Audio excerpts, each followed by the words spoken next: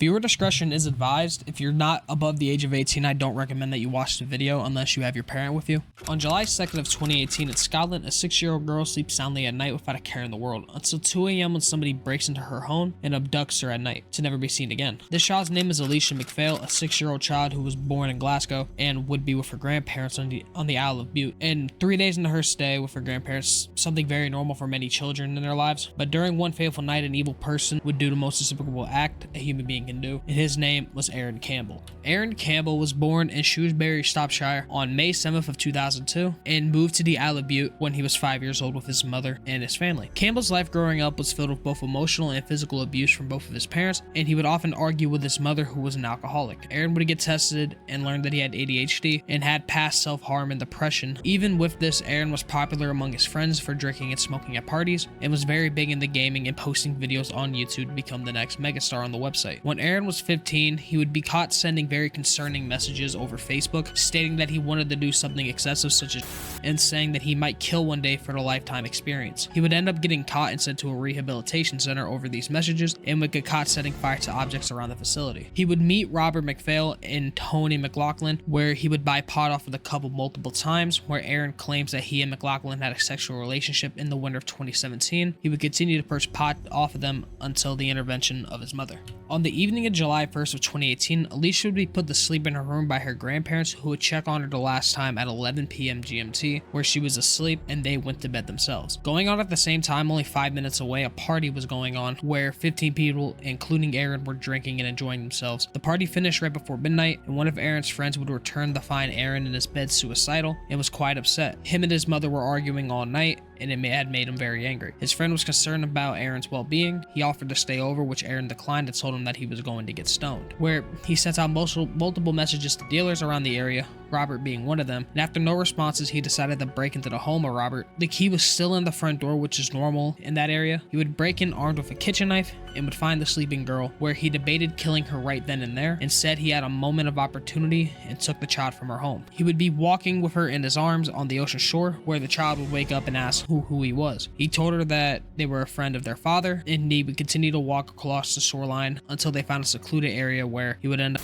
and murdering her. He threw his clothes into the ocean and went home and took a shower. He would return later on to get his phone back from the scene. The next morning, the grandfather would get up for work and notice that Alicia was not in her bed. He could not find her anywhere, and she didn't have a history of running away, and her bike was still in the garden. At 6:23, she'd be reported as missing, and the rest of her family would look around the local area for her. They would get the word out with Facebook posts and other social media plays about the situation that has just occurred. Lachlan would notice the missing phone calls from Aaron and phone him, where he responds, "Sorry, doesn't matter," with laughing emojis. And when informed about Alicia's situation, he would respond, "Oh damn, she not went too far X." After the messages, family and friends and members of the community would go out searching for her, including the police and Coast Guard. They would search. Eventually, a man by the name of Jorge Williams would find her body and contact the police about it. She would be found in a heavily wooded area on the grounds of a former hotel, only a 15-minute walk away from the McPhail home. The mother of the child's name was Georgiana Loughran, would be 70 miles away at her home, where she would be notified about the death of her child over Facebook. The body of Alicia would be found, and during the autopsy, they would find that she received 117 injuries, some occurring while she was alive, some of them caused by vegetation in the area. The main areas of injury were her neck and face, where she was gripped, and injuries to her mouth and nose, where she was strangled. There were also catastrophic injuries to her downstairs region, and the cause of death was a result of significant forceful pressure to her neck and face. Scotland police would open up a murder investigation following the result of the autopsy, and Chief Superintendent Hazel Hendren would say every available resource from across Police Scotland is being made available for this major investigation. Janet Campbell, the mother of Aaron Campbell, helped with the search of Alicia to begin with, and in response to the police request for information to the crime, she decided to check her own CCTV footage and system that was set up around her home, and she found that her son Aaron left the house twice during the time that she went missing. She would later on question him about his whereabouts that night, and Aaron said he didn't know anything about it. Janet reported the footage to the police to remove any suspicion of her son. Aaron Campbell would be interviewed by Detective Constable Gavin McKellar and Detective Sergeant Stephen Hendry as a possible witness. He would answer the question showing no sign of worry about being arrested and said he was just buying and smoking pot that night. He would later be arrested as suspicion of murder on July 4th and was taken to the police station in Glasgow, where he responded no comment to all questions asked about him. The next day, he would be charged with murder and rape of Alicia McPhail and remained in police custody. He would later appear in court and did not submit a plea. Aaron appeared in court on December 10th of 2018 for proceedings. He entered a non-guilty plea to the charge for abducting, raping, and murdering of Alicia McPhail. The trial was set for February 2019. A second charge of attempting to defeat the ends of justice was dropped during the trial. Since he was younger than 18, the media were banned from reporting Aaron's name during the trial. The evidence that they had on Aaron was the CCTV footage given to them by Janet Campbell, showing that Aaron left during the night and returned twice. And the additional CCTV footage caught somebody on the shore holding something in their arms, and since Alicia's feet were clean and uninjured, they determined that she must have been carried. The mother, Janet, would confirm items on the scene of the crime belonged to herself and Aaron and the household, including the kitchen knife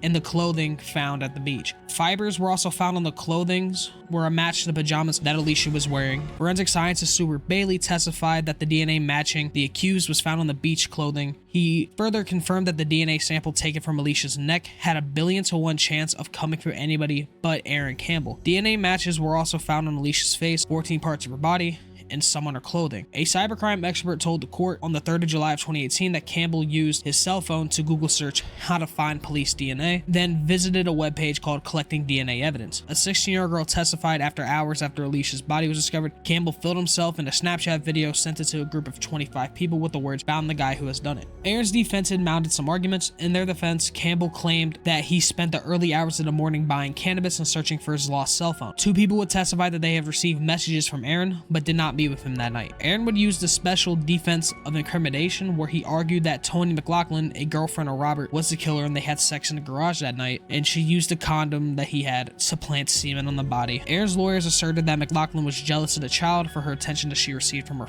father, and they also argued that Robert was very abusive to Toni. Toni denied all the allegations, claiming that she loved the child, and the grandmother testified that they had a very good relationship. He told the court that he had never met Alicia. He denied murdering her by stating, "Absolutely not, I can never do that." He agreed that placing the blame on an innocent person would be evil. Campbell confirmed that he could bench press 50 kilograms, which is 110 pounds. The prosecution argued that McLaughlin, controversially, could not have had the strength to carry 22 kilograms, 49 pounds, which was the weight of Alicia, to the murder site. Trial lasted 9 days. The jury deliberated for 3 hours. After returning the unanimous guilty verdict on the 21st of February, Lord Matthews described that the evidence against Campbell was overwhelming and stated that the teenager has committed some of the most wicked and evil crimes this court has ever heard of in the decades of dealing with depravity. Aaron would remain emotionless during his conviction. Aaron would also appear before Matthews for his sentencing. Reports prepared by Dr. Gary McPherson and a consulate forensic clinical physiologist revealed that Campbell had since confessed to the crime in detail and told Dr. McPherson that he was quite satisfied with the murder and said it took everything to stop laughing during points of the trial. The report stated that Campbell continued to experience thoughts of killing and having sex with children, and also having sex with dead bodies. Matthew would describe Aaron as a cold